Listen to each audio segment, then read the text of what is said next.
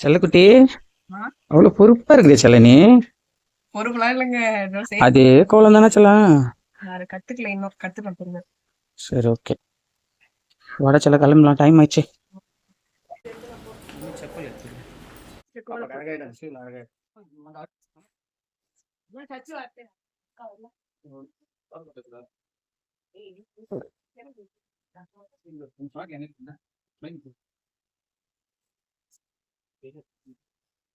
Hi hi hello hello friends, friends, வணக்கம். வணக்கம்.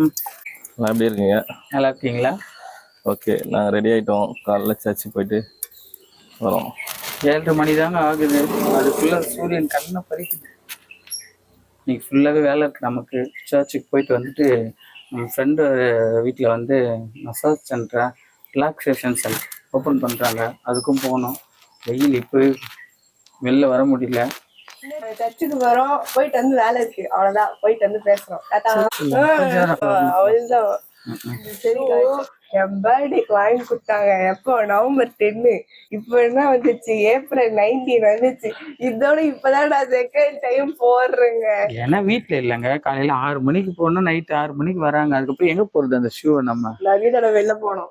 நான் எல்லா தடவையும் கேட்டு அழுவேன், அம்மா அம்மா போட்டுக்கிற மாதிரி. இல்ல தரவே மாட்டாங்க. வேணாம், சப்பல் எடுத்து போடு. அப்படி இல்லை, இன்னொரு ஷூ இருக்கு. இப்பவே பாருங்க எவ்வளவு ஹைட்.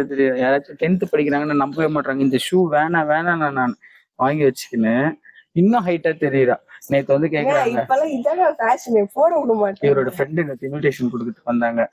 தங்கச்சி எங்க போயிருக்கான்னு கேக்குறாங்க. அங்கிள் நான் தான் அங்கிள் தங்கச்சி அப்படின்னு சொல்றேன். அந்த மாதிரி கண்ணு ப்ராப்ளம்.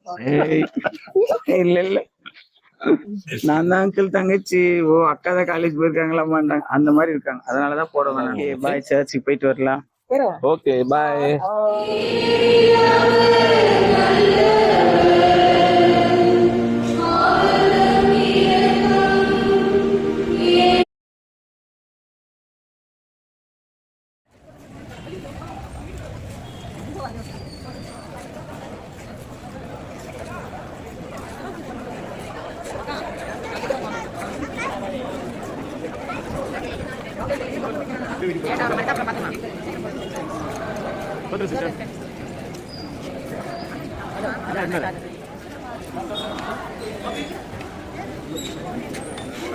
தண்ணி காட்டுறேன்